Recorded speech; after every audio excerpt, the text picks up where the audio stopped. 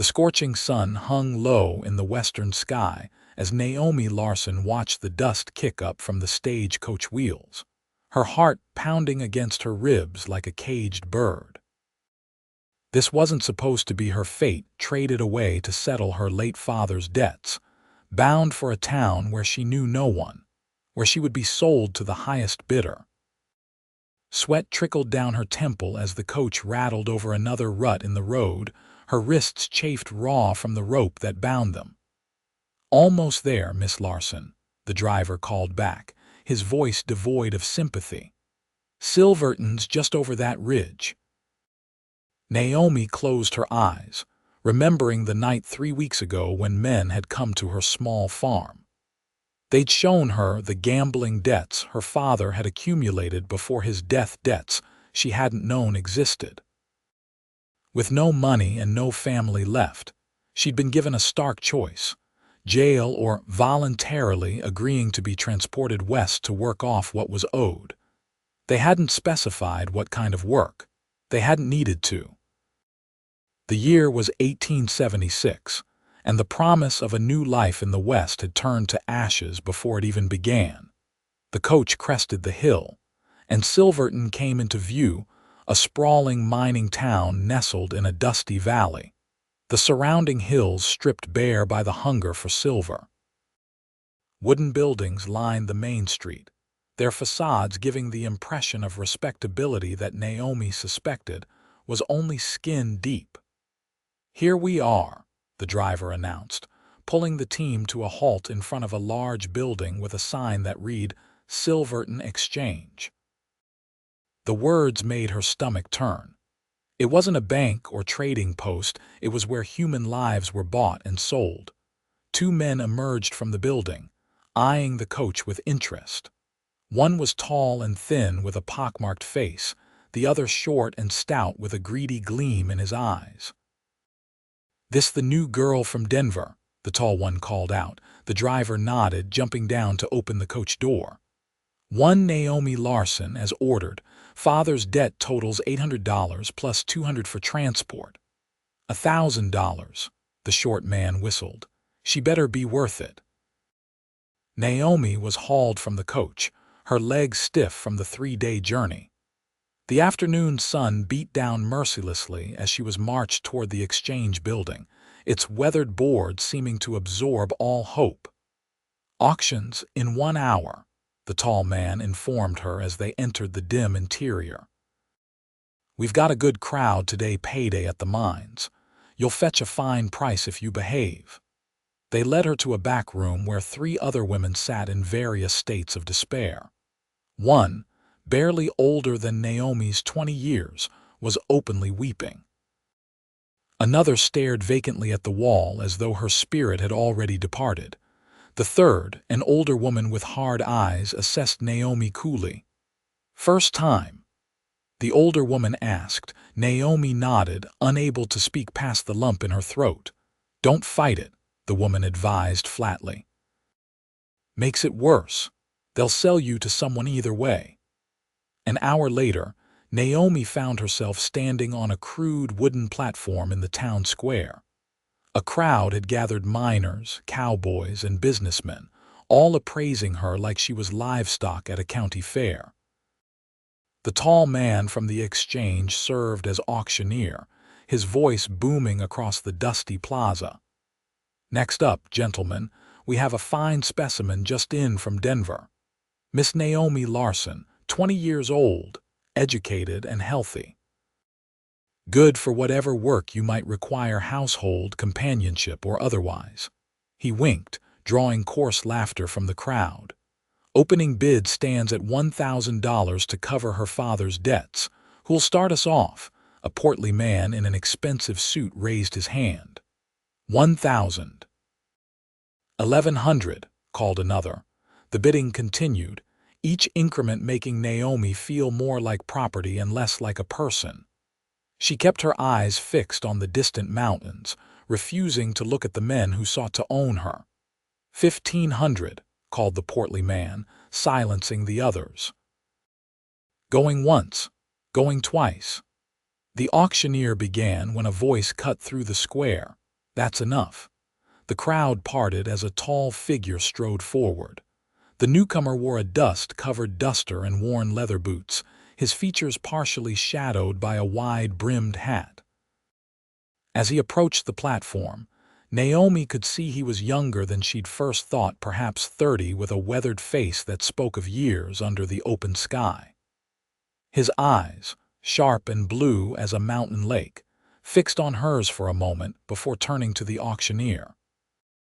"This isn't right," he stated simply, his voice carrying across the now silent square. The auctioneer recovered quickly. "Sir, if you wish to bid, the current offer stands at I'm not bidding."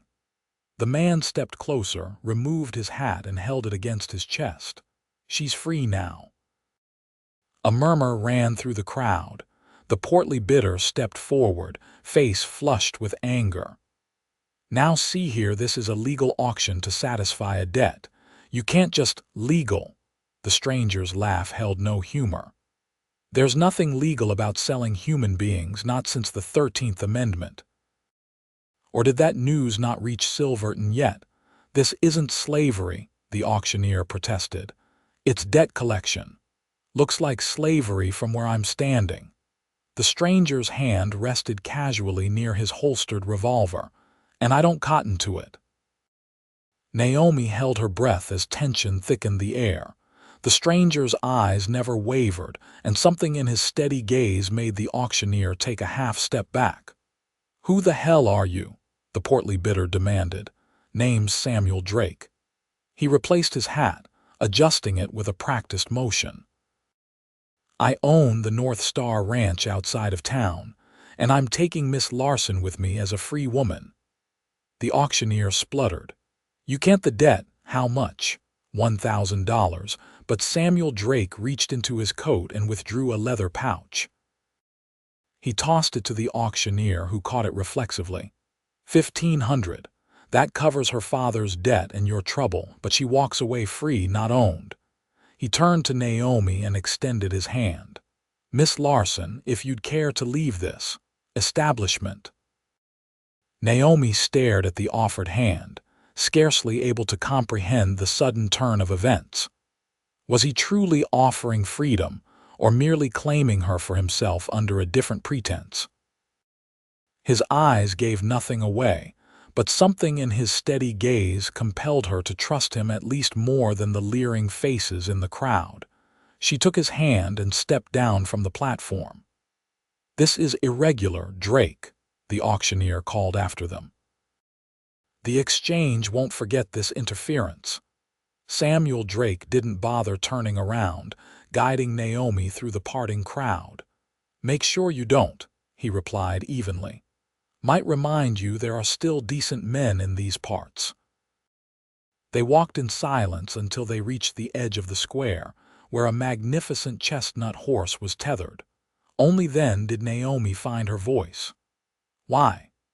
The single word contained all her confusion, gratitude, and suspicion. Samuel Drake studied her face for a moment before answering. "My sister was taken by men like that 3 years ago, never found her." He untied his horse. "I couldn't help her. Maybe I can help you." He handed her the reins. "Can you ride?" Naomi nodded, surprised by the question. "My father taught me." "Good." He gestured to a small saddlebag. "There's some money in there, enough to get you started somewhere else. The horse is yours. Head north and you'll reach Durango in 2 days." Naomi stared at him in disbelief. "You're letting me go, just like that? You were never mine to keep, Miss Larson." She stood frozen, the reins loose in her hands as the magnitude of his gesture washed over her. Freedom, true freedom, was being handed to her without conditions. "I don't know how to thank you," she whispered. "Live well. That's thanks enough." He stepped back. "Best get going before sundown." Naomi looked at the road leading north, then back at Samuel Drake's impassive face. An unexpected thought struck her. What about the other women? Back there, a shadow crossed his features. "I can't buy freedom for everyone. But you know it's happening. Those women will be sold just as I almost was." Samuel Drake sighed, pushing his hat back slightly. What would you have me do, Miss Larson? Storm the exchange with guns blazing? No, but— She hesitated, weighing her next words carefully. You saved me. Perhaps we could save them too. We. His eyebrow arched. I can't leave knowing what awaits them, Naomi said with sudden determination. Mr. Drake, I believe you're a good man. Help me do what's right. Samuel studied her for a long moment. You'd risk your freedom for strangers, wouldn't you? You just did. A reluctant smile tugged at his lips. Touché, Miss Larson. He glanced back toward town, calculating. I have friends, people who might help, but it's dangerous. So is being sold like cattle, Naomi countered. I'll take my chances with danger if it means freedom. Samuel Drake shook his head, but there was grudging respect in his eyes. The North Star is half a day's ride. We can plan there.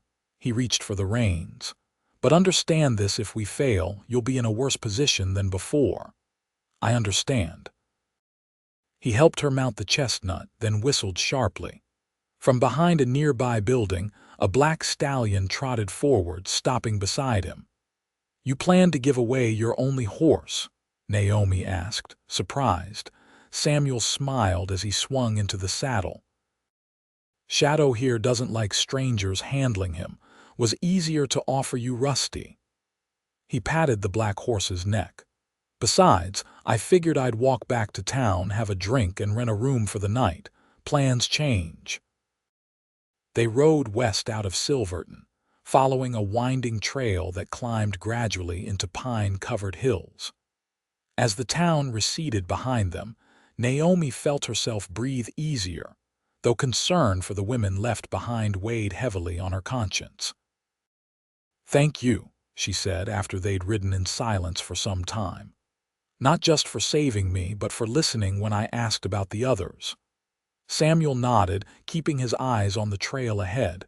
Don't thank me yet. Getting those women out won't be simple. Nothing worthwhile ever is, Naomi replied. He glanced at her with newfound curiosity. You're not what I expected, Miss Larson. And what did you expect, Mr. Drake? Someone broken. Afraid. His gaze was appraising. Not someone ready to turn around and charge back into danger. Oh, I'm afraid, Naomi admitted. But fear isn't always a reason to run. As the sun began to dip below the western peaks, casting long shadows across the trail, Naomi found herself studying her rescuer. Samuel Drake rode with the easy confidence of a man at home in the saddle, his broad shoulders relaxed despite the situation. There was a watchfulness about him, his eyes constantly scanning their surroundings, but it seemed born of habit rather than immediate concern. The exchange won't take this lying down, he said eventually, breaking the lengthening silence. Man named Blackwell runs it. Emmett Blackwell controls most of Silverton one way or another. Is he the law? Samuel's laugh was short and humorless. He owns the law. Sheriff Collins is his cousin, and the deputy's on his payroll. Naomi digested this information, her hope dimming slightly. Then who are these friends you mentioned? People with reasons to oppose Blackwell.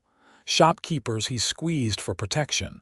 Miners who have lost claims to his schemes. Samuel adjusted his hat against the setting sun.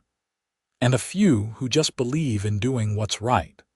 The trail narrowed as they entered a dense stand of pines, the horses picking their way carefully over exposed roots and scattered rocks. Through breaks in the trees, Naomi caught glimpses of magnificent mountain vistas, jagged peaks still capped with snow despite the summer heat. It's beautiful, she said softly. Samuel followed her gaze. That it is, worth fighting for the land and the right to live freely on it. He pointed to a distant ridgeline. North Star lies just beyond that rise. We'll be there before full dark. True to his word, they crested the final hill as twilight deepened into night. Below them stretched a small valley, nestled between protective ridges. A cluster of buildings formed the ranch headquarters, with corrals and a barn visible in the fading light. A few oil lamps glowed in windows, creating warm beacons in the gathering darkness. "Home," Samuel said simply, urging Shadow forward. As they approached, a figure emerged from the main house, rifle in hand. The man was older, with a silver-streaked beard and weathered face, but he moved with the easy grace of someone much younger. "That you, Sam?" the man called.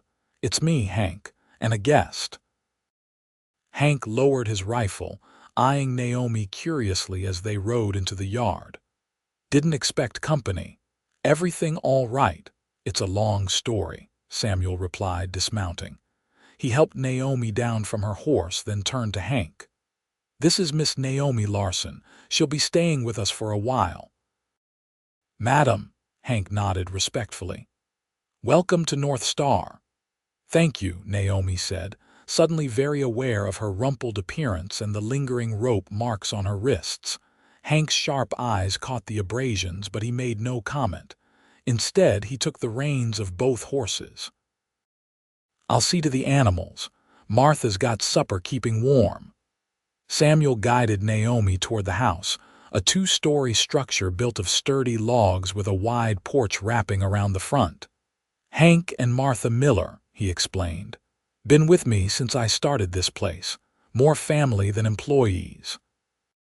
Inside, the house was simply but comfortably furnished, with solid wooden furniture and colorful woven rugs. A woman in her 50s emerged from what appeared to be a kitchen, wiping her hands on an apron.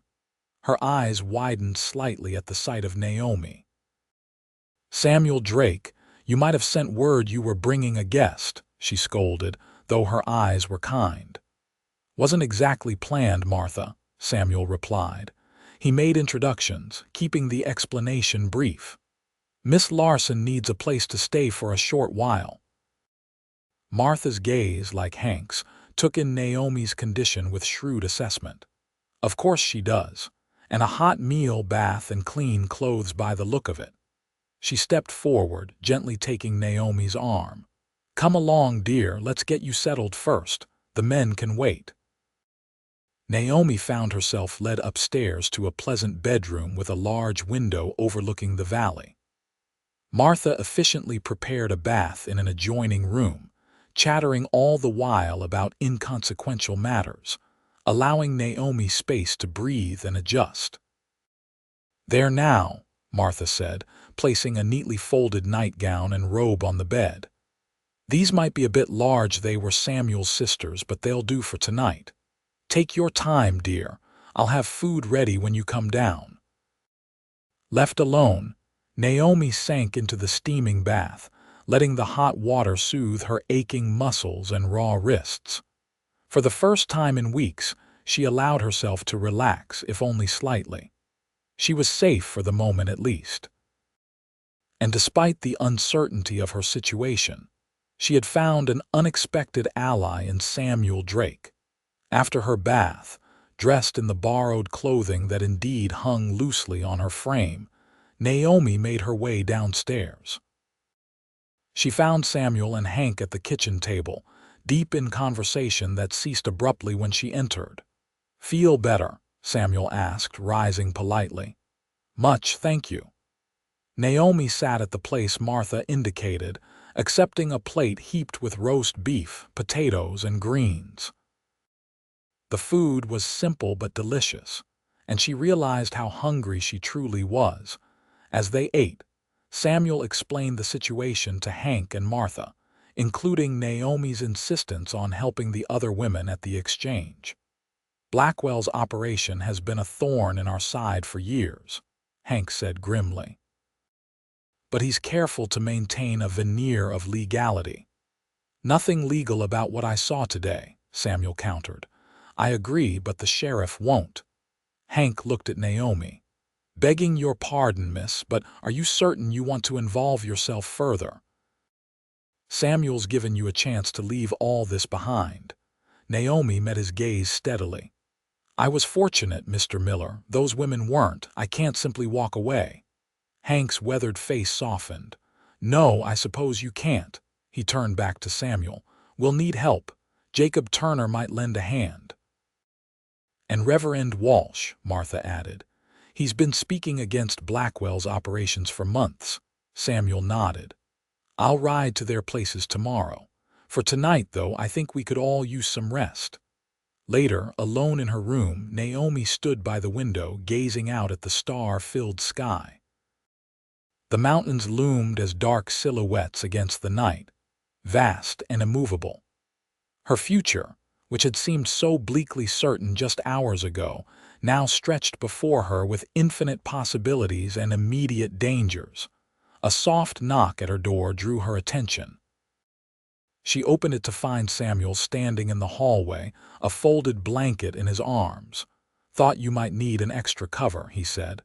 "Nights get cold up here, even in summer." "Thank you." She accepted the blanket, noticing he'd changed into a clean shirt, his hair still damp from his own bath. He lingered a moment. "I want you to know you're under no obligation to stay and help with this. I meant what I said about giving you your freedom unconditionally." "I know," Naomi said softly. "That's why I have to stay, because it was given freely." Samuel studied her face, seeming to search for something in her expression. Whatever he found appeared to satisfy him, for he nodded slowly. "Get some rest, Miss Larson. Tomorrow will come soon enough." "Naomi," she corrected. "After what you've done, I think you've earned the right to use my given name." A smile touched his lips, softening the hard lines of his face. "Naomi, then. Good night, good night, Samuel." As his footsteps receded down the hall, Naomi closed her door and returned to the window. Below, the ranch buildings were dark silhouettes against the starlit landscape. In the distance, she could make out the faint glow of Silverton, where women like her awaited an uncertain fate. "I'm coming back for you," she whispered to the night. Somehow. Morning broke clear and bright over the North Star Ranch, sunlight streaming through Naomi's window and gently rousing her from the deepest sleep she'd experienced in weeks. For a moment, she lay disoriented, the unfamiliar comfort of a real bed and clean sheets confusing her sleep-addled mind. Then the events of the previous day rushed back, and she sat up quickly. A small clock on the nightstand showed it was already past 7. Naomi rose, washing quickly at the basin before dressing in clothes Martha had left for her, a simple blue skirt and white blouse that fit better than expected. Her own travel-worn garments were nowhere to be seen, presumably taken to be laundered. Downstairs, she found Martha alone in the kitchen, kneading bread dough with practiced hands. "Good morning, dear," the older woman greeted her. "Sleep well?" "Better than I have in some time," Naomi admitted, accepting the cup of coffee Martha poured for her. "Where is everyone?" "Samuel and Hank rode out at first light. They're gathering the men Samuel mentioned last night and a few others who might be sympathetic to your cause." Martha gestured to a plate of biscuits and bacon keeping warm on the stove. "Help yourself. You'll need your strength." Naomi ate gratefully, watching as Martha shaped the dough into loaves and set them aside to rise. There was something comforting about the domestic routine, so at odds with the danger they were planning to face. "How long have you known Samuel?" Naomi asked after a comfortable silence. Martha smiled, wiping flour from her hands. "Since he was born. I was his mother's midwife and later her friend. When Ellen Drake passed pneumonia 10 years back, I promised I'd look after her children." A shadow crossed her face. "Failed with Susanna, I'm afraid." "Susanna?" Naomi asked, though she suspected the answer. "Samuel's sister. Disappeared 3 years ago. That's why he couldn't walk away when he saw you on that auction block." Martha's eyes grew distant. "He searched for months, followed every rumor and lead, never found her." "I'm sorry," Naomi said softly. Martha nodded, then visibly gathered herself. "Samuel built something good here. North Star was just a run-down claim when he bought it. Now it's one of the most prosperous ranches in the county." Pride warmed her voice. Made enemies along the way, though, Blackwell chief among them. Why? Water rights, mostly. The stream that feeds this valley runs through Blackwell land first. He's tried to dam it, divert it, poison it, anything to force Samuel out. Martha shook her head. Samuel won every legal battle, so Blackwell turned to less legal means. You think he took Susanna? Samuel does. Martha returned to her bread making. Nothing was ever proven. The kitchen fell silent again, save for the rhythmic sound of Martha's hands working the dough. Naomi sipped her coffee, digesting this new information. It explained Samuel's immediate intervention at the auction, but also suggested a personal vendetta that went deeper than simple righteousness. Will you be coming with us? Naomi asked eventually. When we go to free the women. Martha looked up, surprised. Lord, no. I'm too old for that kind of adventure, she smiled. Besides, someone needs to be here to tend to whoever comes back injured. I was a nurse during the war. The prospect of injuries hadn't fully registered with Naomi until that moment. The reality of what they were planning, essentially to defy the most powerful man in Silverton, suddenly seemed far more daunting. Are we being foolish? She asked quietly. Attempting this? Martha considered the question seriously. Probably, she admitted. But sometimes foolishness is just courage that hasn't proven itself yet. She patted Naomi's hand. And from what Samuel tells me, you've got courage to spare. After breakfast, Naomi helped Martha with household chores, grateful for the normalcy and the chance to be useful. By midday, they'd laundered linens, prepared stew for the evening meal, and started a batch of preserves from the wild berries growing near the house. It was early afternoon when the sound of approaching horses drew them to the front porch. Samuel and Hank had returned, accompanied by 3 other men. As they dismounted, Samuel made introductions. Naomi, this is Jacob Turner, he gestured to a powerfully built man with a full beard. Owns the general store in Silverton. And this is Reverend Michael Walsh, indicating a tall, slender man with kind eyes. And Dr. Thomas Abernathy. The men tipped their hats respectfully, though Naomi noted varying degrees of curiosity and uncertainty in their expressions. Samuel had clearly explained her situation, but that didn't mean they were entirely comfortable with a woman's involvement in their dangerous plans. Gentlemen, come in, Martha called. I've got coffee brewing and fresh bread. Around the large kitchen table, the men discussed what they knew of the exchange's operations. Jacob Turner proved particularly knowledgeable. Blackwell moves the women every few days, he explained. Keeps a small group at the exchange for local auction, then ships the rest to Denver, Santa Fe, or further west. Do you know when the next shipment is scheduled? Samuel asked. Turner nodded grimly. Tomorrow night. Overheard Blackwell's man arranging for wagons. That doesn't give us much time, Reverend Walsh observed, his gentle voice belying the steel in his eyes. But perhaps it's for the best. The fewer people who know what we're planning, the better. What exactly are we planning? Naomi asked, drawing all eyes to her. She held her ground. If I'm to be part of this, I need to understand the strategy. Samuel exchanged glances with the others before answering. A direct assault would be suicide. Blackwell has too many men. We need to create a diversion, something that will draw attention away from the exchange long enough for us to get the women out. Dr. Abernathy spoke up. The timing is fortunate in one respect.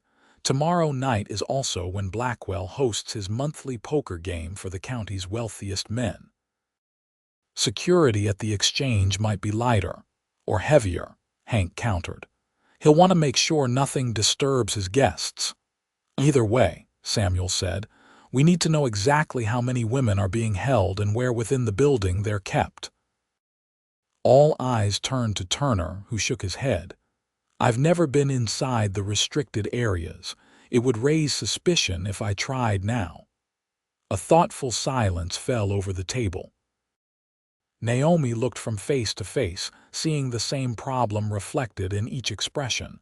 They needed information they couldn't safely obtain. "I could go," she said suddenly. Samuel's head snapped up. "Absolutely not. Think about it," Naomi persisted. "No one in Silverton knows me except the auctioneer and whoever was at the square yesterday. I could pose as a new arrival, someone looking for work. And if you're recognized, I'll wear a disguise, different clothes, style my hair differently." She leaned forward. "Mr. Turner, does the exchange employ women for legitimate work? Cooking, cleaning?" Turner hesitated. "Yes.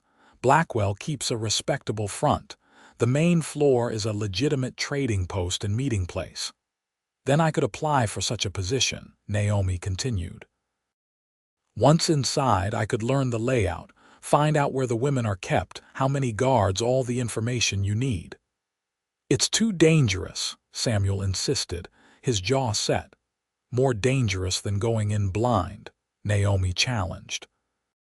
"You need this information, and I'm the only one who can get it without raising immediate suspicion." "She has a point, Sam," Hank said quietly. Samuel's expression darkened. "You just escaped that place. I won't send you back." "You're not sending me, I'm volunteering." Naomi met his gaze steadily. "These are my sisters in danger, Samuel. I have to help them." A tense silence followed her words. Samuel stared at her, conflict evident in his eyes. Finally, Reverend Walsh cleared his throat. "Perhaps we should let Miss Larson decide her own role in this endeavor," he suggested mildly. "She's demonstrated considerable courage already." "And we'd ensure she has protection," Dr. Abernathy added. "I have legitimate business in town. I could accompany her, maintain a presence nearby." Samuel pushed back from the table and stood, pacing the length of the kitchen.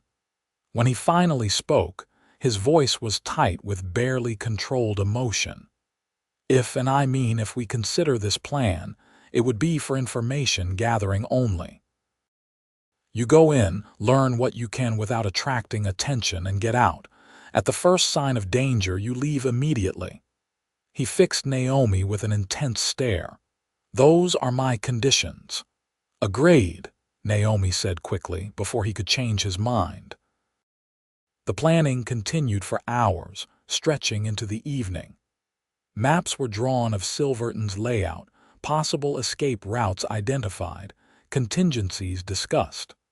Turner provided information about the exchange building itself, its entrances, windows, the surrounding structures.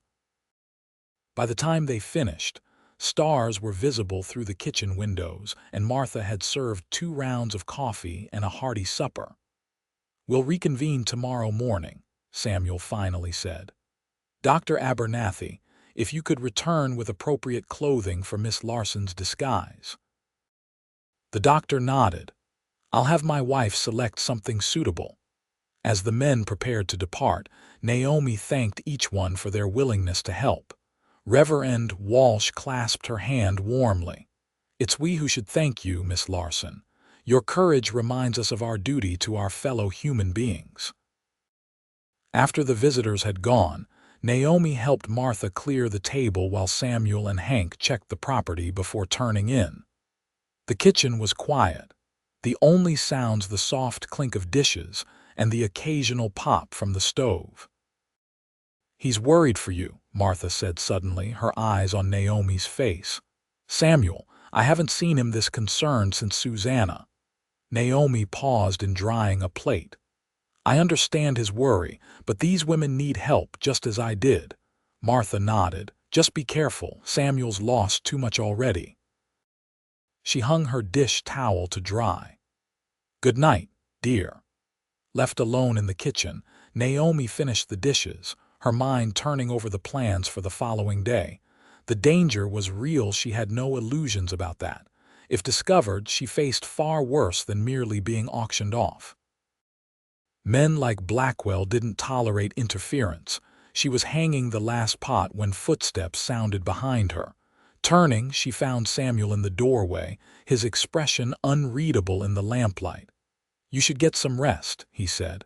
"Tomorrow will be challenging." "I will. I just wanted to finish here first." He stepped fully into the kitchen, moving to the stove to pour himself a last cup of coffee. "Are you certain about this plan?" he asked, his back to her. "There's no shame in changing your mind." Naomi approached, stopping a few feet away. "I'm certain." "Afraid, but certain." Samuel turned to face her, coffee forgotten. "I shouldn't have agreed to it. There are other ways, none as effective," she interrupted gently. "Samuel, when you stepped forward yesterday, you didn't just save me. You reminded me that I still had choices, that I wasn't just an object to be bought and sold." She took a deep breath. "I need to do the same for those women." He studied her face for a long moment, something shifting in his expression. "You're remarkable," he said finally, so quietly she almost didn't hear. The compliment sent unexpected warmth through her. "I'm just doing what's right. Many see what's right, few have the courage to act on it." He stepped closer, close enough that she could see the fine lines at the corners of his eyes, smell the lingering scent of pine and leather that seemed to cling to him. "If anything happened to you, it won't," she assured him, though she could make no such promise. Samuel shook his head slightly, a ghost of a smile touching his lips. "You've been here barely a day, Naomi Larson, and already you've turned my life upside down." "For better or worse?" she asked, trying to lighten the moment. His smile deepened, reaching his eyes. "I'll let you know when the dust settles." The morning dawned misty and cool, the mountains shrouded in cloud. Naomi rose early, tension keeping her from sleeping late. As she dressed in her borrowed clothes, she tried to prepare herself mentally for the day ahead, rehearsing the story she would tell at the exchange. Downstairs, she found Samuel already at the table, studying maps spread across its surface. He looked up as she entered, dark circles under his eyes suggesting he'd slept little. "Morning," he greeted her. "Martha's making breakfast. The others should arrive within the hour." Naomi nodded, pouring herself coffee and joining him. "Any changes to the plan?" "No, but I've been thinking about escape routes." He indicated several marked paths on the map. "If something goes wrong, head north out of town, then east along this creek bed. It's hard to track someone through water." The front door opened before Naomi could respond, admitting Dr. Abernathy carrying a large bundle. "My wife sent these," he explained, setting the package on a chair. "She included everything you might need for a convincing appearance." The bundle contained a plain brown dress, somewhat worn but still respectable, along with a simple bonnet, shawl, and sturdy boots. A small satchel held basic toiletries and a few personal items that might belong to a woman seeking employment, a faded daguerreotype in a simple frame, a small Bible, a handkerchief embroidered with the initials M.A. "Mary Andrews," Dr. Abernathy explained. "That's your alias. Recently widowed, traveling west to join distant relatives, but in need of temporary work to fund the final leg of your journey." Naomi examined the items, impressed by the thoughtfulness of the disguise. "These are perfect. Please thank your wife for me. She's happy to help." Elizabeth has strong opinions about Blackwell's operations. The doctor's expression grew serious. "She's prepared a room at our house, should any of the women need medical attention after we get them out." Samuel folded the maps as Martha called them to breakfast. "Let's hope it doesn't come to that." By mid-morning, all the conspirators had assembled at North Star. Reverend Walsh brought news that heightened their sense of urgency. "I visited the jail this morning, bringing comfort to the prisoners as I do each week," he explained. The deputy lets slip that a special shipment is leaving tonight, 3 wagons, heavily guarded. That confirms Turner's information, Samuel said grimly. They're moving the women tonight. The plan was reviewed one final time. Naomi, disguised as Mary Andrews, would enter the exchange with Dr. Abernathy, who would introduce her as a patient seeking work. While he conducted legitimate business, she would attempt to secure a position or at least gather information about the building's layout and the women's location. Meanwhile, Turner and Reverend Walsh would prepare their respective establishments as potential safe houses. Remember, Samuel told Naomi as she emerged from changing into her disguise, information only. At the first sign you've been recognized or are in danger, you leave immediately. She nodded, adjusting the unfamiliar bonnet. The dress was a perfect fit, if somewhat plain, making her look exactly like what she was pretending to be, a respectable woman fallen on hard times. "How do I look?" she asked. "Different," Samuel admitted. "I might pass you on the street without recognizing you. That's the idea." Dr. Abernathy's buggy was prepared, and the time came for departure. Naomi found herself hesitating at the last moment, a flutter of fear finally breaking through her determination. Samuel seemed to sense her uncertainty, stepping close to speak privately. "You can still change your mind," he reminded her. Naomi shook her head. "No, I need to do this." She looked up at him, allowing herself a moment of vulnerability. "But I am afraid." Without warning, Samuel took her hand, his calloused fingers warm against her skin. "Fear keeps us alert. Use it, don't let it use you." He pressed something small and cold into her palm. "Take this." Naomi looked down to find a tiny Derringer pistol, barely larger than her hand. "I've never fired a gun," she admitted. "It's simple enough. Remove this safety point and pull the trigger. It only has 2 shots, so make them count." He curled her fingers around the weapon. "Keep it hidden in your pocket, last resort only." The small gun was a tangible reminder of the danger she faced, but also strangely reassuring. She slipped it into her dress pocket, where it lay like a heavy secret. "Thank you." Samuel nodded once, then stepped back, his expression settling into determined lines. "We'll be waiting for your return. Hank will be positioned at the Silver Dollar Saloon across from the exchange if you need help. Find him." The journey to Silverton took less than 2 hours in Dr. Abernathy's well-sprung buggy. As they approached the town, Naomi rehearsed her story once more, settling into the character of Mary Andrews, widow and job seeker. "Remember," the doctor said quietly as they entered the main street, "speak as little as possible about your background. Let them assume what they will." Silverton looked different in daylight, busier, more respectable, though Naomi knew the veneer hid darker truths. The exchange building dominated one corner of the main square, a 3-story structure with large windows on the ground floor displaying various goods for trade. A small sign advertised employment services alongside freight and shipping. Dr. Abernathy pulled the buggy to a halt before the building. "Ready, Mrs. Andrews?" he asked, loud enough for passers-by to hear. "Yes, doctor." "Thank you again for your kindness," Naomi replied in the slightly timid voice she'd adopted for Mary. Inside, the exchange resembled any trading post, with counters displaying goods and several clerks assisting customers. Dr. Abernathy approached the main desk, Naomi following demurely behind. "Good day," he greeted the clerk. "Dr. Abernathy here to see Mr. Blackwell about the medical supplies we discussed." The clerk, a thin man with spectacles, nodded. "Of course, doctor, he's expecting you. 2nd floor, end of the hall." His eyes shifted to Naomi. "And this is Mrs. Andrews. A patient of mine, recently widowed. She's seeking temporary employment while arranging to join family further west." The doctor turned to Naomi. Perhaps someone here could direct you to the employment office while I conduct my business.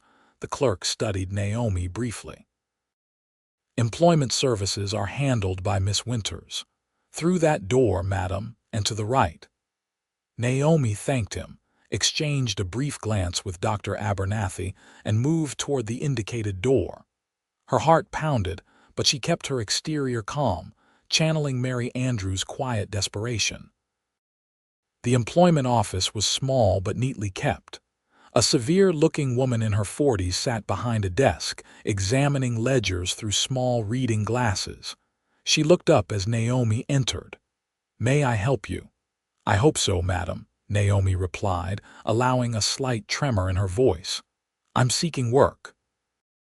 Dr. Abernathy suggested I inquire here. Miss Winters removed her glasses. "What sort of position are you looking for, miss?" "Mrs. Andrews, Mary Andrews." Naomi twisted her hand slightly, the picture of nervous hope. "I have experience as a housekeeper, laundress, and cook. I'm not particular about the work, so long as it's respectable." Miss Winters opened a different ledger. "We do occasionally place domestic help with families in the area. Your references?" "I have a letter from my previous employer in Denver." Naomi produced a carefully forged document. Dr. Abernathy's wife had prepared, and the doctor can speak to my character. Miss Winters scanned the letter, her expression giving nothing away. "Why did you leave Denver, Mrs. Andrews?" "My husband passed 6 months ago. Consumption." Naomi lowered her eyes. "I'm traveling to join my late husband's cousin in Sacramento, but find myself short of funds for the final leg of the journey." The woman made a note in her ledger. "We might have something suitable. The exchange itself requires additional help with laundry and kitchen work. Room and board provided plus $2 weekly." "That sounds perfect," Naomi said with convincing gratitude. "When might I start?" "Immediately, if you're able. We're short-handed today." Miss Winters rose. "I'll introduce you to Mrs. Harker, our housekeeper." This was better than Naomi had dared hope, immediate access to the building's interior. She followed Miss Winters through a rear door and down a narrow hallway, mentally mapping the layout. They passed several closed doors before reaching a busy kitchen, where a stout woman directed 3 younger women in food preparation. "Mrs. Harker, this is Mrs. Andrews, available for immediate employment with the laundry and kitchen." Mrs. Harker wiped her hands on her apron, eyeing Naomi with practical assessment. "Good timing. Bess took ill this morning and we've extra work with the gathering tonight." She nodded to Miss Winters. "I'll take her from here." Miss Winters departed, and Mrs. Harker wasted no time putting Naomi to work. "You can start with those linens," she directed, pointing to a large basket. "Laundry rooms through that door. Lucy will show you what needs doing." Lucy proved to be a girl of perhaps 16, thin and quick-moving with darting eyes that never quite met Naomi's. She demonstrated the washing procedure efficiently, speaking little. As they worked side by side, Naomi carefully introduced questions into their conversation. "This is quite a large establishment," she observed. "Many rooms to keep clean." Lucy nodded. 3 floors in the main building plus the annex out back." "Annex? Where some of the special guests stay," Lucy replied, her voice dropping slightly. "We don't go there unless sent specific." Naomi absorbed this information, suspecting the annex might be where the women were held. "It must be difficult to keep track of all the linens for so many rooms." Mrs. Harker has a system. "Main building linens here, annex linens handled separate." Lucy glanced toward the door. "Mabel does those." "Perhaps I could help Mabel," Naomi suggested.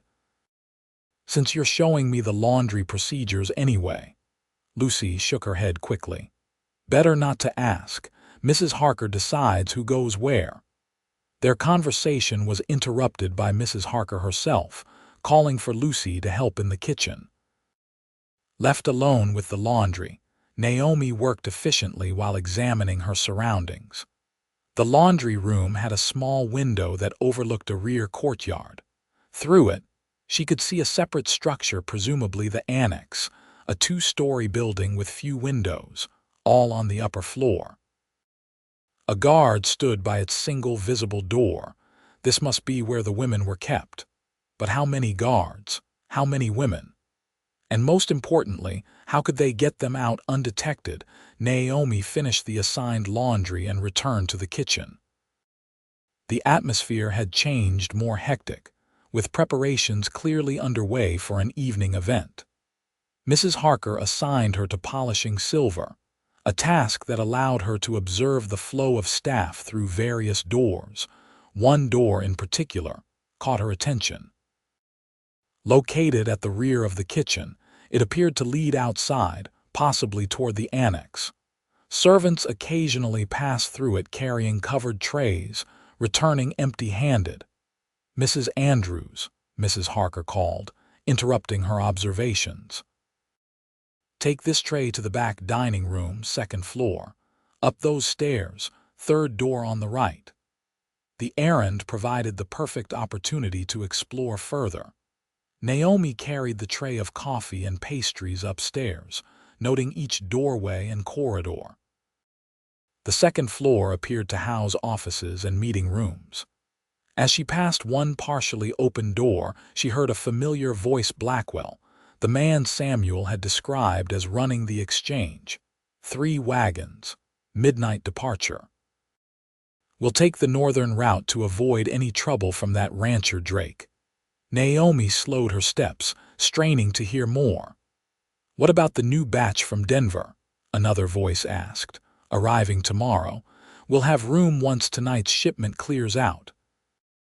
Blackwell's tone was matter-of-fact, as though discussing livestock rather than human beings. Price per head still holding at $600 for the ordinary ones. The educated one should fetch twice that. Naomi nearly dropped her tray. They were discussing the women like cattle, assigning values based on arbitrary qualities. Rage threatened to overwhelm her careful disguise, but she forced herself to continue walking, delivering the tray to the designated room before returning downstairs. Throughout the afternoon, Naomi gathered crucial information through careful observation and strategic questions to other staff members. The annex, she confirmed, housed 12 women currently, with 3 guards rotating shifts. The shipment tonight would transport all but 2 of the women, who were being held for local buyers. By late afternoon, Naomi had compiled a mental map of the exchange and its annex, including guard positions and routines. She needed to get this information back to Samuel and the others, but leaving abruptly might raise suspicion. Her opportunity came when Mrs. Harker announced, "Mrs. Andrews, we need additional supplies from the general store. Here's a list." She handed Naomi a piece of paper and a few coins. "Be quick about it." "Yes, madam." Naomi accepted the task gratefully, donning her bonnet and shawl. Outside, the afternoon sun was beginning its westward descent, casting long shadows across the main street. Naomi walked purposefully toward Turner's general store, aware that this might be her only chance to pass along what she'd learned. The store was busy with late-day customers, but Turner spotted her immediately, his eyes widening slightly in recognition despite her disguise. He finished with his current customer before approaching. "May I help you, madam?" he asked in a normal tone. Naomi handed him the list. "Mrs. Harker at the exchange sent me for these items." "Of course, I'll gather them for you." He led her to a quieter corner of the store. "You're working there now, temporarily," she murmured, pretending to examine bolts of fabric while they talked. Quickly and quietly, she relayed everything she'd learned: the number of women, guard positions, the midnight departure, and the building layout. Turner committed it all to memory, asking clarifying questions disguised as inquiries about her fabric preferences. "I'll get this information to Drake immediately," he promised as he finished gathering Mrs. Harker's supplies. "Tell him the wagons leave at midnight northern route," Naomi added. "They specifically mentioned avoiding him." Turner nodded, wrapping her purchases. "What about you? Will you come with me now?" Naomi considered it. Her mission was accomplished. She'd gathered the needed information. The safest course would be to leave with Turner and not return to the exchange. But something held her back. "If I disappear suddenly, they might suspect something and change their plans. I should return, maintain the disguise until closing time at least." Turner frowned.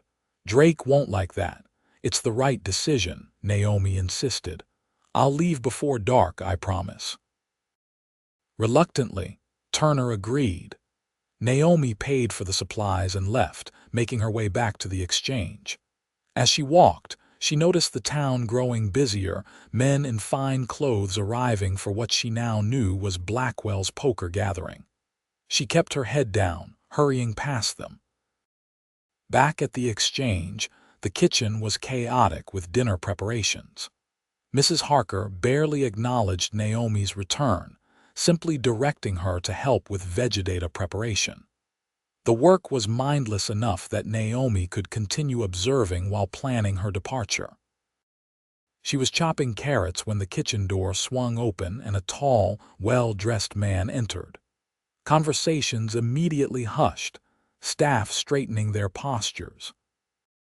Even without introduction, Naomi knew this must be Blackwell himself, a man in his 50s with cold eyes and an air of absolute authority. "Mrs. Harker," he addressed the housekeeper, "is everything prepared for my guests?" "Yes, Mr. Blackwell. Dinner will be served at 7 precisely." Blackwell nodded, his gaze sweeping the kitchen and its workers. Naomi kept her head down, focusing on her task, but she felt the moment his attention fell on her. "A new face?" he inquired. Mrs. Harker hurried to explain. "Mrs. Andrews, sir, temporary help for the laundry and kitchen." "Miss Winters placed her this morning." Naomi felt his scrutiny like a physical touch. Keeping her eyes lowered, she curtsied slightly. "Sir."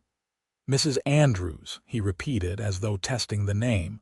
"Welcome to the exchange. I trust you'll find the work satisfactory." "Thank you, sir," she murmured, heart pounding. Blackwell lingered a moment longer, then continued his inspection of the dinner preparations before departing. Only when the door swung shut behind him did Naomi release the breath she'd been holding. She needed to leave, and soon. Blackwell's interest, however brief, made her position precarious. She worked steadily for another hour, waiting for a moment when Mrs. Harker was distracted with the dinner service. Her chance came when several servers were called to begin bringing dishes upstairs. In the resulting confusion, Naomi slipped her apron onto a hook and made her way toward a side door she'd noted earlier. She was almost there when a voice stopped her. "Mrs. Andrews, where are you going?" She turned to find Miss Winters in the doorway, watching her with suspicious eyes. "I was just stepping out for some air, Miss Winters. The kitchen is quite warm." Naomi forced a smile. "I'll be right back." "I don't think so." Miss Winters' voice hardened. "You see, I took the liberty of sending a telegram to Denver this morning inquiring about a Mary Andrews recently widowed. No such person exists at the address on your reference letter." Naomi's blood ran cold. "There must be some mistake. The only mistake was mine in not recognizing you immediately." Miss Winters stepped closer. "You're the woman from yesterday's auction, Drake's charity case." Instinctively, Naomi reached for the derringer in her pocket. Before she could grasp it, strong hands seized her from behind. She hadn't noticed the guard entering behind her, but now his grip pinned her arms to her sides. "Mr. Blackwell will want to speak with you," Miss Winters said coldly. "Take her upstairs." The guard dragged Naomi toward a rear staircase, away from the bustling main areas of the exchange. She struggled, but his grip was iron tight. As they ascended, Panic threatened to overwhelm her. If she disappeared into Blackwell's domain, Samuel and the others might never find her. They reached a dark hallway on the third floor, lined with doors that presumably led to private rooms. The guard pushed her toward the last door, producing a key to unlock it.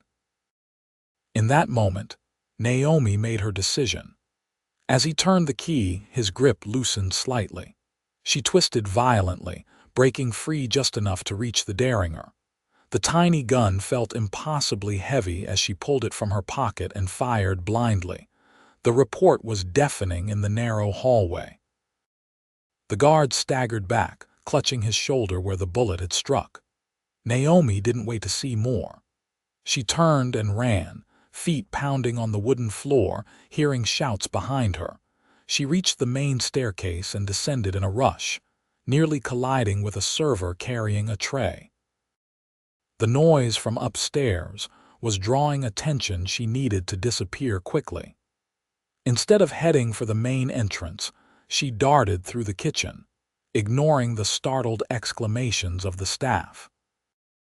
Out the back door, across the courtyard, she ran without looking back, heart thundering in her chest. The annex loomed to her right, but she veered left, toward the maze of alleyways behind the exchange. Footsteps pounded behind her, voices calling for her to stop. Naomi ducked into a narrow passage between buildings, then another, trying to put as much distance as possible between herself and her pursuers. The growing darkness was both blessing and curse, providing cover, but making navigation treacherous. She had no clear idea where she was heading, only that she needed to reach Samuel or one of the others. After several minutes of frantic running, she paused in a shadowed doorway, gasping for breath. The sounds of pursuit seemed more distant, but she couldn't be certain. She still held the derringer, with one shot remaining. Her disguise was now a liability. The distinctive dress and bonnet would make her easily identifiable. Gathering her courage, Naomi oriented herself toward the main street. The Silver Dollar Saloon, that's where Hank was positioned. If she could reach him, he would help her get word to Samuel. She moved more cautiously now, keeping to shadows and listening for any sign of pursuit. As she approached the main street, she removed her bonnet, stuffing it into a rain barrel to make herself less recognizable. The Silver Dollar blazed with light and noise, a stark contrast to the dark alley from which she emerged. Naomi hesitated, suddenly aware of how she would appear a disheveled woman alone, approaching a saloon at dusk. But she had no choice. Taking a deep breath, she crossed the street quickly and pushed through the saloon's swinging doors. The interior was crowded with miners and cowboys, the air thick with smoke and the smell of whiskey. Conversations paused as heads turned toward her, but Naomi ignored the stares, scanning the room desperately for Hank's familiar figure, there at a corner table, playing cards with apparent casualness. His eyes widened almost imperceptibly when he spotted her, but he gave no other sign of recognition. Naomi approached his table directly. "Excuse me, sir," she said, loud enough to be heard over the ambient noise. "I'm looking for Mr. Drake. I was told he might be found here." Hank studied her for a moment, taking in her disheveled appearance and the fear she couldn't entirely hide. "Haven't seen Drake today, madam." He gathered his cards. "But I'm heading out to North Star shortly. Could give you a ride if you're wanting to find him." "That would be most kind," Naomi managed, relief making her voice tremble. Hank made his excuses to his card partners and stood, guiding Naomi toward the door with a light touch to her elbow. They were almost outside when a shout from across the street froze them in place. "There she is." Two men from the exchange were pointing directly at her, already crossing the street at a run. Hank reacted instantly, pulling Naomi back into the saloon and toward a rear exit. "My horse is out back," he said tersely. "We need to move now." They burst through the back door into the alley, just as their pursuers entered the front of the saloon. Hank's horse was tethered to a post, saddled and ready. With practiced efficiency, he untied the animal and swung into the saddle, then reached down to pull Naomi up behind him. "Hold tight," he instructed, spurring the horse into motion. They galloped through back alleys, emerging onto a side street that led directly out of town. Behind them, Naomi could hear shouts and the sound of other horses being readied for pursuit. She clung to Hank's waist, the wind whipping her hair as they raced toward the darkening hills. "Did you get the information to Samuel?" she called over the thunder of hoofbeats. "Turner found him an hour ago," Hank replied. "They're gathering at North Star now." Relief flooded through her, tempered by the knowledge that they weren't safe yet. The road stretched before them, exposed and vulnerable. Naomi glanced back, seeing lanterns bouncing in the distance their pursuers were gaining. "Can we outrun them?" she asked. Hank shook his head. "Not on a horse carrying double. We need to get off the road." At the next bend, he guided the horse sharply left, leaving the road for a narrow trail that wound up into scrubby hills. The going was slower here, but the terrain offered better concealment. They climbed steadily for several minutes before Hank drew the horse to a halt in a small copse of trees. "Listen," he whispered. Below, they could hear the pursuit continuing along the main road, the hunters apparently unaware that their quarry had left the trail. The sounds gradually faded into the distance. "They'll realize their mistake soon enough," Hank said grimly. "We need to keep moving. North Star's still a good hour's ride from here." They continued at a more sustainable pace, the horse picking its way carefully along the uneven trail. Naomi, the initial surge of adrenaline fading, began to feel the effects of her ordeal: exhaustion, fear, and a deep concern for what lay ahead. "I was discovered," she said finally, breaking the silence between them. "Miss Winters became suspicious and checked my story. I had to fight my way out." Hank glanced back at her. "Hurt anyone?" shot a guard in the shoulder. "With the derringer Samuel gave me," he nodded, seeming unsurprised. "That complicates things. Blackwell won't let such an offense go unanswered." "I'm sorry. I may have ruined everything or accelerated it." Hank adjusted course slightly, guiding the horse around a rocky outcropping. "The important thing is you got the information we needed. Samuel will adapt the plan accordingly." They rode in silence for a time, the only sounds the steady rhythm of the horse's hooves and the night creatures beginning their evening chorus. The first stars appeared overhead, pinpricks of light in the deepening blue. "You think we'll succeed?" Naomi asked finally, voicing the doubt that had been growing since her narrow escape. "Freeing the women, I mean." Hank considered the question with the careful deliberation she'd come to associate with him. "I think," he said eventually, "that trying and failing is better than not trying at all. But yes, I believe we have a chance. Samuel Drake isn't a man who accepts defeat easily." His words stirred something within Naomi, a renewed determination that pushed back against her fatigue and fear. Samuel had risked everything to save her, a stranger. Now they would do the same for others. The trail began to descend, winding through a stand of pines before opening onto familiar territory, the approach to North Star Ranch. As they crested the final hill, Naomi saw lights blazing from every window of the main house and several horses tethered outside. "Looks like everyone's assembled," Hank observed. They rode into the yard where Samuel himself emerged from the house before they'd fully stopped. His face, illuminated by the lantern he carried, showed equal parts relief and tension. "Naomi, thank God." He helped her down from the horse, his hands lingering on her waist to steady her. "Turner told me what you discovered when you didn't return with him." "I was recognized," she explained quickly. "Miss Winters became suspicious and checked my references. I had to flee." Samuel's expression darkened. "Are you hurt?" "No, just shaken, and concerned about our plans." He nodded, guiding her toward the house with a hand at the small of her back. "We've been adjusting the strategy based on your information. Come inside, the others are waiting." The kitchen was crowded with the men from earlier, plus two new faces Samuel introduced as trusted hands from the ranch. Maps and diagrams covered the table, along with what appeared to be floor plans of the exchange building. "Naomi has returned," Samuel announced. "She was discovered and pursued, which means Blackwell knows we're onto him." Turner stood, looking genuinely relieved to see her. "I'm glad you're safe. When you didn't follow me out of town, I feared the worst." "What does this mean for our plan?" Reverend Walsh asked, concern etching his features. Samuel returned to the head of the table. "It means we move now, tonight, rather than waiting for the wagons to depart.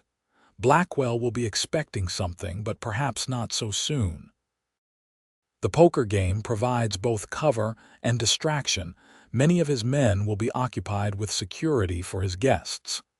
He outlined the revised plan quickly. 2 teams would approach the exchange from different directions. Samuel would lead the main group to the annex, using Naomi's information about guard positions to neutralize resistance quickly. Simultaneously, Turner and Dr.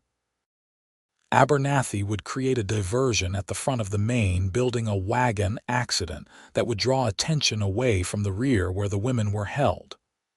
"Once we have the women," Samuel continued, "we split up.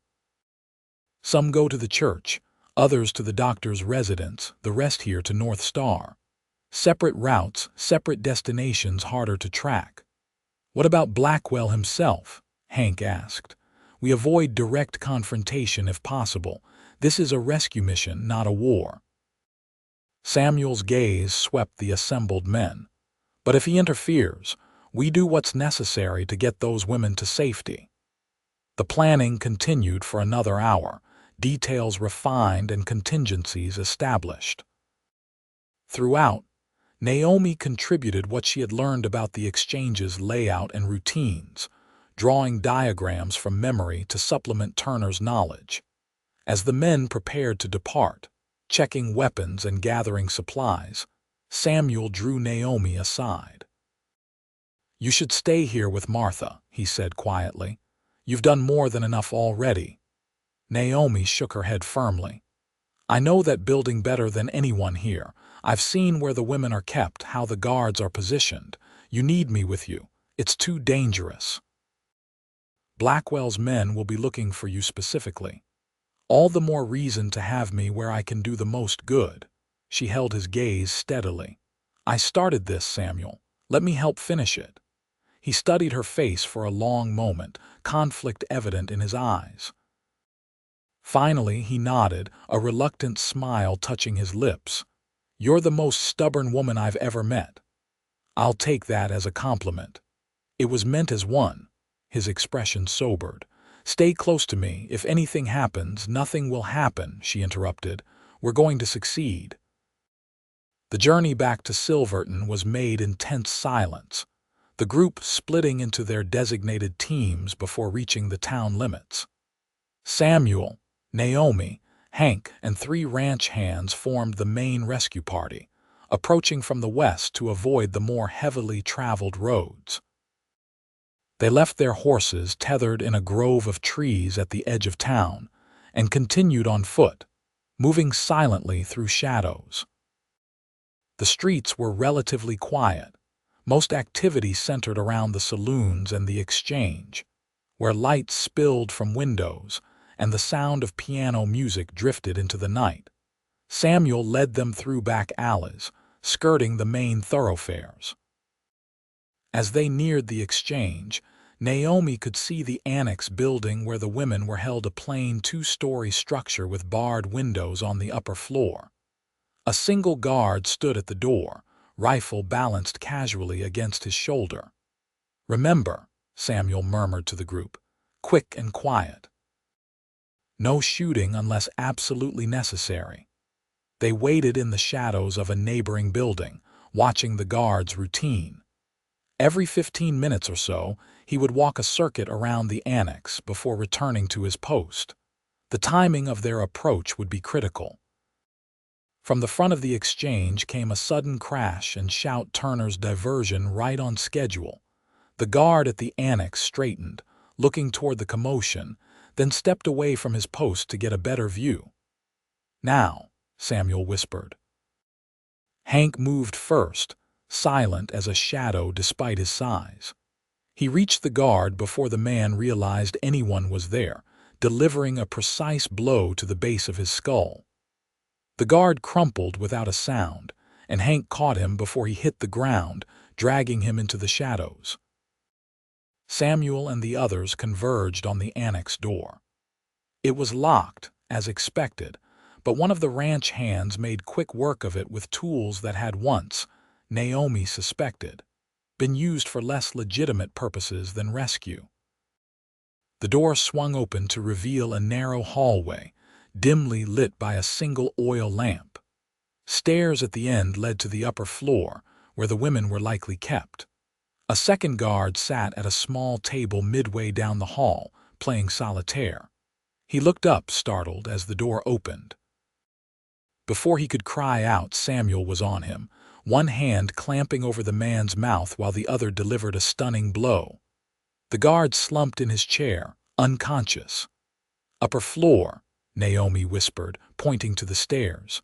"The women will be in rooms along the hallway." They ascended quietly, tense for any sign of the third guard Naomi had mentioned. The upper hallway was lined with doors, most closed. A guard sat in a chair at the far end, apparently dozing. Samuel gestured for the others to wait while he approached silently. The floorboard creaked beneath his foot. The guard's eyes snapped open, his hand reaching for his gun. Samuel launched himself forward, tackling the man before he could draw. They struggled briefly, the guard landing a solid punch before Samuel subdued him with a blow to the jaw. "Clear," he called softly, rubbing his cheek where he'd been struck. Naomi hurried forward, trying the nearest door. It was locked, but the key ring taken from the downstairs guard provided access. Inside, two women huddled together on a narrow bed, their eyes wide with fear at the sudden intrusion. "We're here to help," Naomi told them quickly. "We're taking you to safety."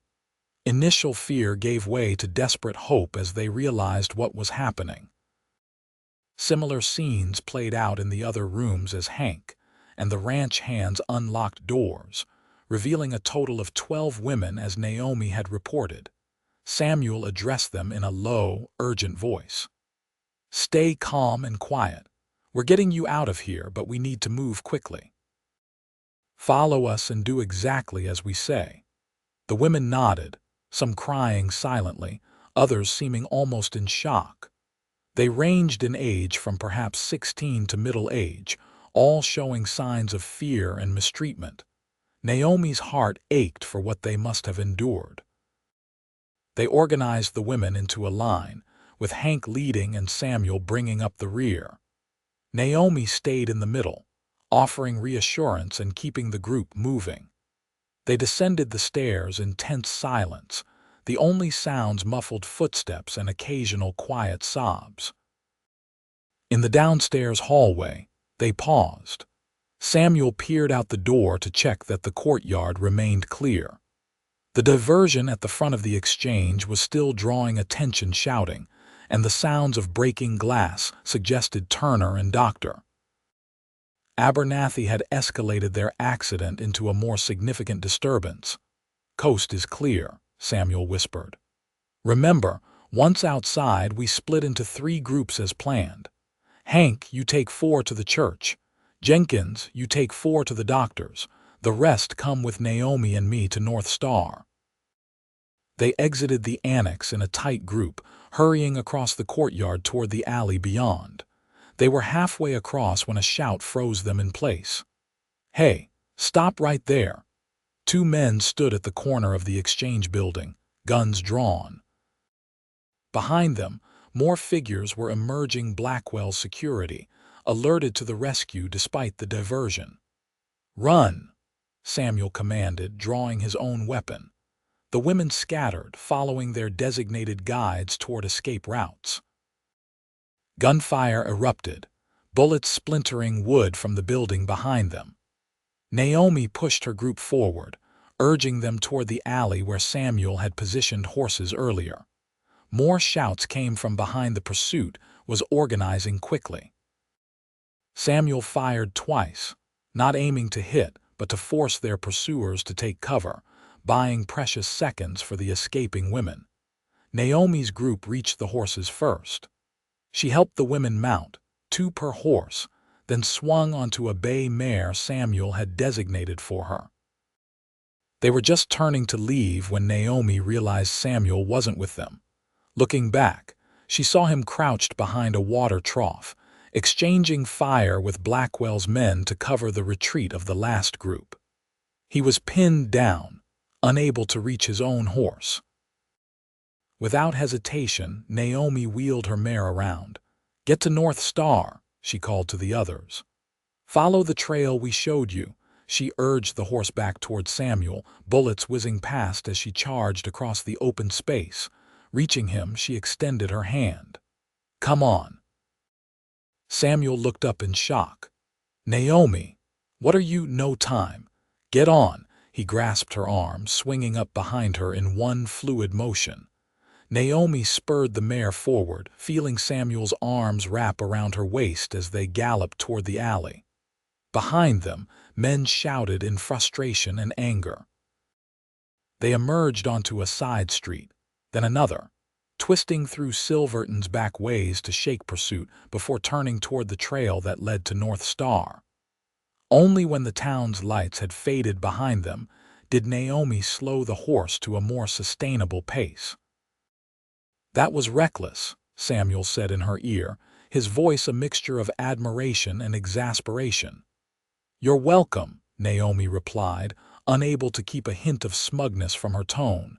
His arms tightened briefly around her waist, half embrace, half admonishment. "Thank you.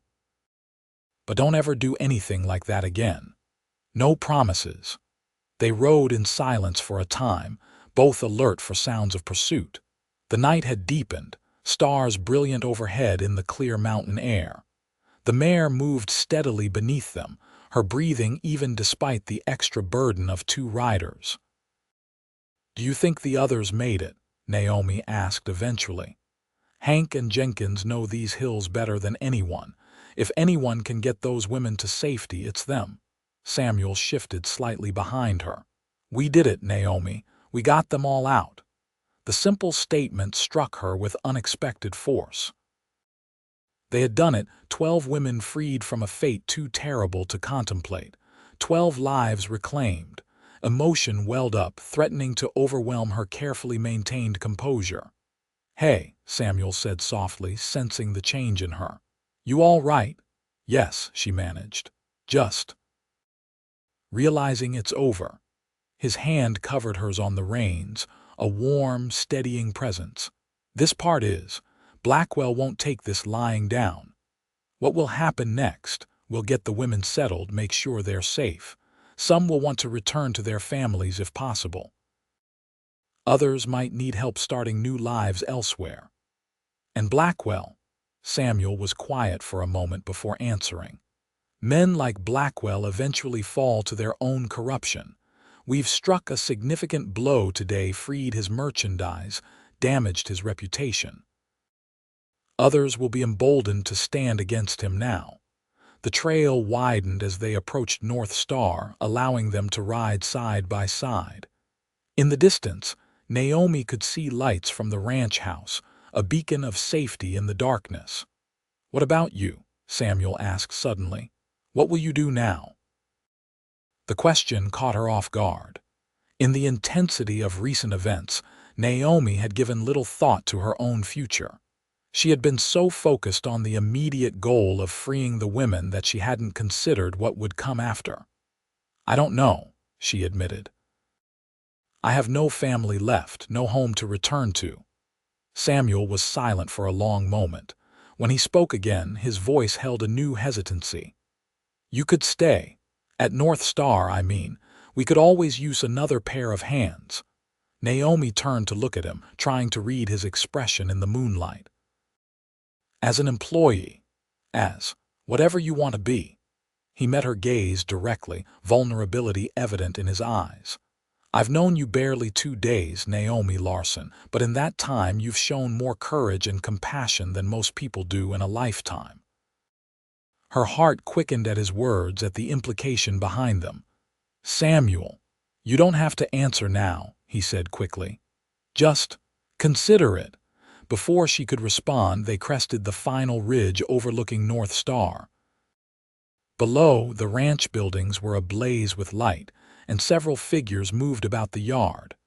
As they watched, another small group of riders approached from the east, some of the other women and their escorts, arriving safely. "We should go down," Naomi said softly. "They'll be waiting for us." Samuel nodded but made no move to continue. Instead, he reached for her hand, holding it gently in his own. "Whatever you decide, I want you to know something. When I saw you on that auction block yesterday, I acted on instinct. But everything since helping rescue the others, bringing you to North Star, those were choices. Choices I'd make again in a heartbeat." Naomi felt something shift within her, a settling of certainty where doubt had been. "So would I." They rode down to the ranch together, where Martha waited on the porch, her expression shifting from worry to relief as she spotted them. Inside, the house was bustling with activity-freed women being provided with food, clean clothes, and medical attention where needed. To Naomi's relief, all 12 women had escaped safely, divided among the 3 destinations as planned. Messages had already arrived from Reverend Walsh and Dr. Abernathy confirming the safety of their charges. Turner had sustained a minor injury during the diversion, but was otherwise unharmed. The night stretched into early morning as they tended to their guests, providing comfort and reassurance to women who had endured unimaginable trauma. Naomi worked alongside Martha, preparing food, distributing clothing, and simply listening when any of the women wished to talk. Dawn was breaking when she finally stepped onto the porch for a moment of quiet. The eastern sky was painted in soft pinks and golds, promising another beautiful day. She leaned against the railing, exhaustion catching up with her at last. The door opened behind her and Samuel emerged, 2 steaming cups in his hands. "Thought you might need this," he said, offering her one. "Thank you." Naomi accepted the coffee gratefully, the warmth seeping into her tired hands. "How is everyone?" "Settling in. Some are sleeping finally." Martha's organized the spare rooms and parlor into dormitories of sorts. He leaned against the railing beside her, his shoulder almost touching hers. "Hank rode back to town an hour ago to check on the situation there. Blackwell's in a rage, apparently, but the sheriff can't do much. Too many witnesses saw the women leave willingly, and no one's filing charges. That's good news. For now. Blackwell isn't the type to accept defeat gracefully." Samuel sipped his coffee, his profile thoughtful in the growing light. "We'll need to remain vigilant for a while." They stood in comfortable silence, watching the sun rise fully over the eastern mountains. The ranch was coming to life around them, horses nickering in the corrals, chickens clucking in their yard, the distant lowing of cattle. "It's so peaceful here," Naomi observed. Samuel nodded. "That's why I chose this valley. Remote enough to offer solitude, but with good water and grazing for the stock." His gaze swept the property with evident pride. "Built most of it myself, with Hank's help. It's beautiful." Naomi found herself imagining what it would be like to wake to this view every morning, to call this place home. The thought was both enticing and frightening in its appeal. Samuel turned to face her fully. "Have you given any thought to what we discussed last night? About staying?" Naomi met his gaze steadily. I have. And, I think. She paused, gathering her courage. I think I'd like to stay, at least for a while. The smile that spread across Samuel's face was like sunrise breaking over the mountains, gradual then brilliant. I'm glad, he said simply. But I need to be useful, Naomi continued. I'm not looking for charity. I can cook, clean, handle accounts. Samuel shook his head, still smiling. North Star isn't a charity, Naomi. It's a working ranch. Everyone here contributes according to their abilities. He reached for her hand, his touch gentle but sure. But that's not why I want you to stay. Her heart quickened. No, no.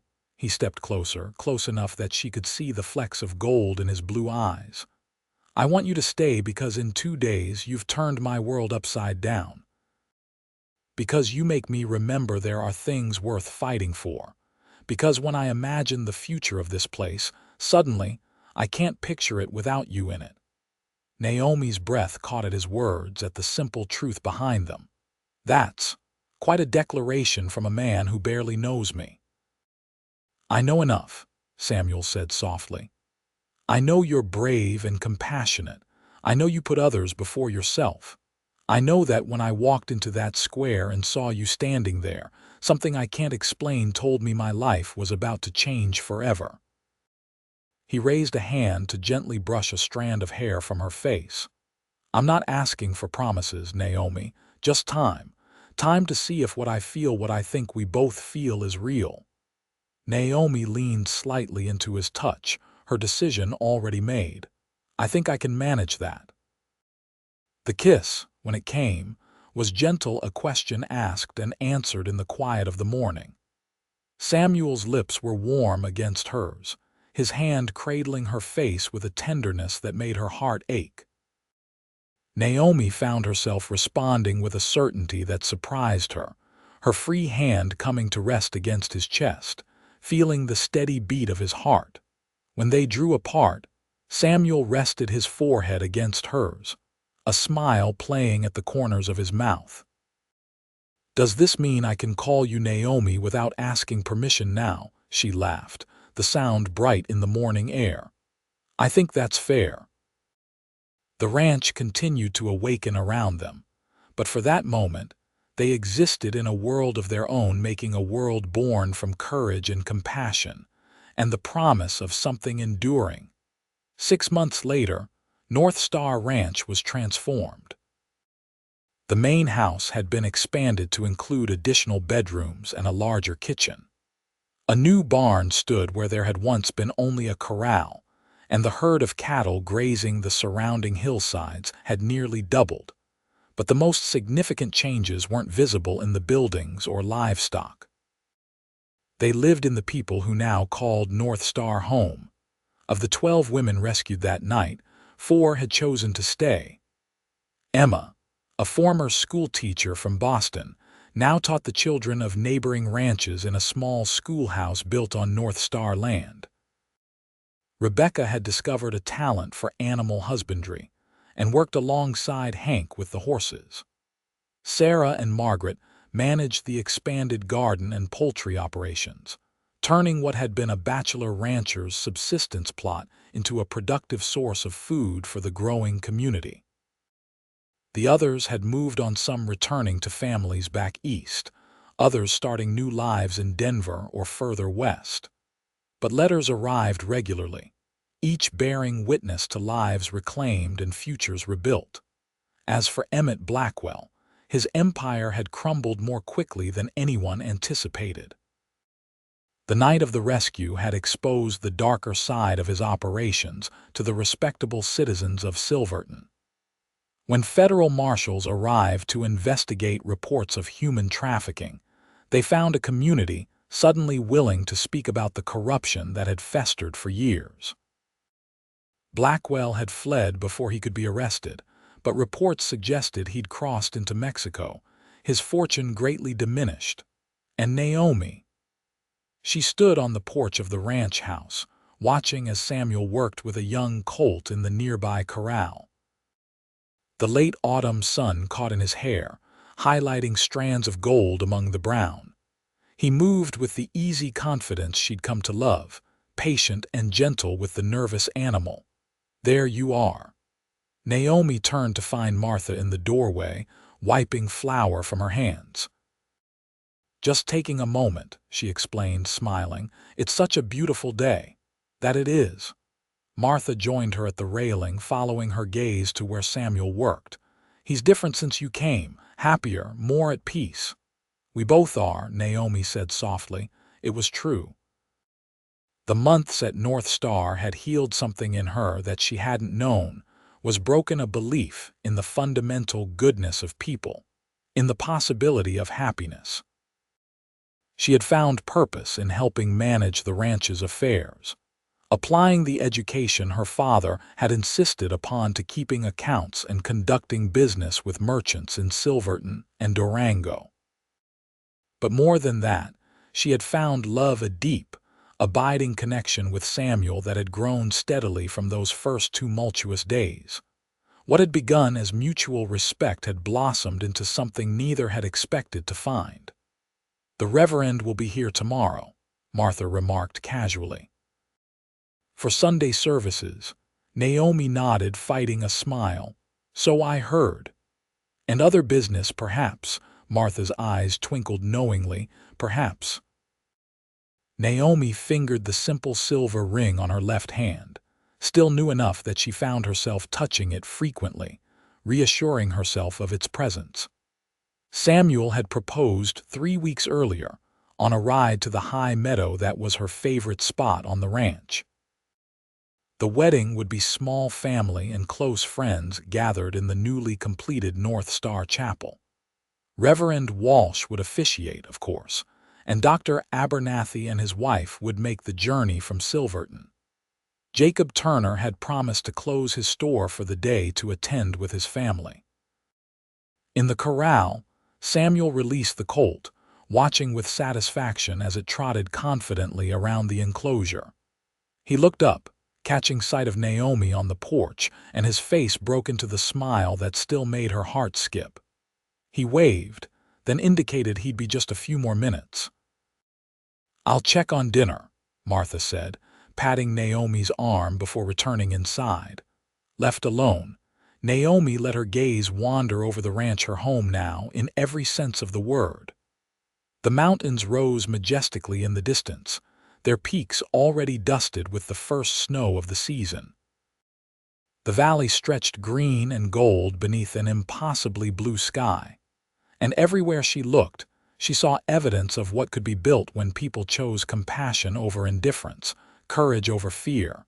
Samuel approached, removing his gloves as he climbed the porch steps. "Enjoying the view?" he asked, joining her at the railing. "Always." She leaned into him as his arm circled her waist. "The colt is looking good. He's coming along, stubborn but smart." Samuel pressed a kiss to her temple. "Like someone else I know." Naomi laughed, turning in his embrace to face him. "I prefer to think of it as determined." "Is that what we're calling it now?" His eyes crinkled with humor. "In that case, you're the most determined woman in Colorado territory. And don't you forget it." She rose on tiptoes to kiss him properly, feeling his smile against her lips. When they parted, Samuel kept her close, his expression growing more serious. "I received a letter today, from a lawyer in Denver." He hesitated. "It's about Susanna." Naomi's heart constricted. Samuel's sister remained an open wound, a shadow that occasionally dimmed the light in his eyes. "What did it say?" "They've confirmed she was taken to San Francisco. The trail ends there 3 years ago." He swallowed hard. "The lawyer believes she's gone, Naomi." "Oh, Samuel." She reached up to touch his face, feeling the tension in his jaw. "I'm so sorry." He covered her hand with his own. "I think I've known for some time, but having it confirmed." He shook his head. "At least now I can properly mourn her." Naomi held him close, offering silent comfort. She had come to understand over the months how deeply the loss of his sister had shaped him, how it had driven his immediate intervention when he saw Naomi on the auction block, how it had fueled his determination to help others in similar situations. "We'll remember her," Naomi promised softly.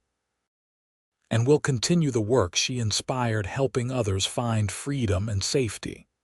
Samuel nodded against her hair. "She would have liked you, stubborn as you are." "Determined," Naomi corrected gently, drawing a small laugh from him. They stood together as the sun began its descent toward the western peaks, casting long shadows across the land they both loved. Tomorrow would bring its own challenges and joys, as would all the days that followed. But they would face them together, bound by a love forged in the fire of shared purpose and mutual respect. "Come inside," Naomi said eventually. "Martha's made your favorite stew." Samuel smiled, the sadness in his eyes softening. "In a minute. I just want to stand here with you a little longer." And so they did. Two people who had found each other against impossible odds, building a future neither could have imagined when fate first brought them together on a dusty square in Silverton. As twilight deepened into evening, Naomi reflected on the journey that had led her here, from desperate captive to beloved partner, from isolation to community. The road had been neither straight nor easy, but every step had led to this moment, this place, this man. Samuel Drake had taken off his hat and said, "She's free now," on a summer afternoon 6 months ago. He couldn't have known then that in freeing her, he was also freeing himself from the past that haunted him, from the solitude that had become his refuge and his prison. Together, they had created something precious. A home where freedom was valued above all else, where courage and compassion weren't just ideals but daily practice. And as the first stars appeared in the darkening sky, Naomi knew with absolute certainty that this was only the beginning of their story.